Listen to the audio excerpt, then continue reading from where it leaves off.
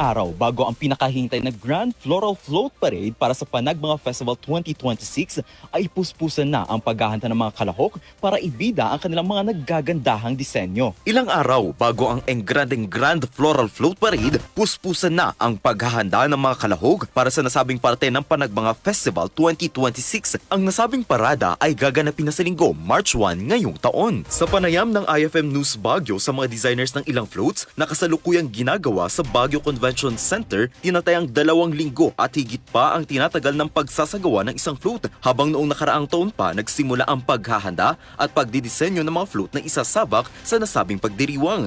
Since Feb 12 hanggang ngayon, so barely 2 weeks na siguro kami. Kaya nagdagdag na kami ng manpower.